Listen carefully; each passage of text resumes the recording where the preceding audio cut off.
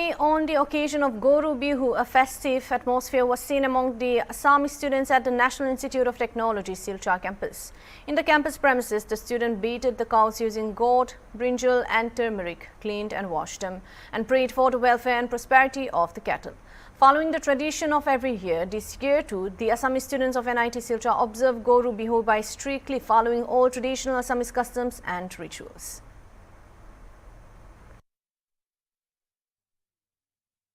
ধন্যবাদ। পোনপ্ৰথমতে আপোনালোকৰ মাধ্যমৰ জৰিয়তে সমূহ অসমবাসী ৰাইজলৈ আমাৰ অসমৰ আয়ুস ৰেখা বাপতি সাহন বহাগ বিহুৰ শুভেচ্ছা জনালোঁ। আপোনালোকে দেখিছে যে আমি প্ৰত্যেক বছৰে NIT শিলচৰৰ বাকৰিত আমাৰ পৰম্পৰা বহাগ বিহু উদযাপন কৰি আহিছোঁ। কিন্তু অতি দুৰ্ভাগ্যবশতঃ দুদিন আগতে আমাৰ শ্ৰদ্ধাৰ শিক্ষাগুৰু পল্লৱ দাস ছাৰ আমাৰ মাজৰ পৰা আমাক এৰি পৰলোক প্ৰাপ্তি হ'ল। গতিকে এইবাৰ অলপ উৎসাহটো অকণমান কম যদিও আমি যিমানখিনি পাৰোঁ আমাৰ সাধ্য অনুসৰে অনুষ্টুপীয়াকৈ হ'লেও আমি আজি ইয়াত গৰু বিহু উদযাপন কৰিবলৈ চেষ্টা কৰিছোঁ। যিহেতু আমি NIT শিলচৰৰ আৱাসত থাকোঁ, আমাৰ কাৰণে সকলোবোৰ বস্তু সহজতে পোৱাটো অকণমান অসুবিধা হয়।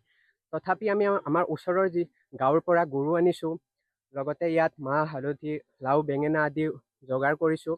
আৰু আমি ইয়াত আমাৰ পৰম্পৰা গৰু বিহুৰ পৰম্পৰা গৰুক গা ধোৱা, চাকি দিয়া, আৰু তেনেকৈ আমি এইবাৰ বহাগ বিহু উদযাপন কৰিম। আৰু লগতে আমাৰ ইয়াত যিহেতু এখন ৰাষ্ট্ৰীয় প্ৰতিষ্ঠান, গতিকে অসমৰ বিভিন্ন প্ৰান্তৰ ছাত্ৰ ছাত্ৰীসকলৰ লগতে ভাৰতৰ বিভিন্ন প্ৰান্তৰ পৰা ইয়াত ছাত্ৰ ছাত্ৰীসকল ইয়াত আছে, শিক্ষাগুৰুসকল ইয়াত আছে। গতিকে আমাৰ অসমৰ চহকী সংস্কৃতি, সেই সংস্কৃতিটো ইয়াত প্ৰদৰ্শন কৰাটো আমাৰ এক প্ৰধান কৰ্তব্য।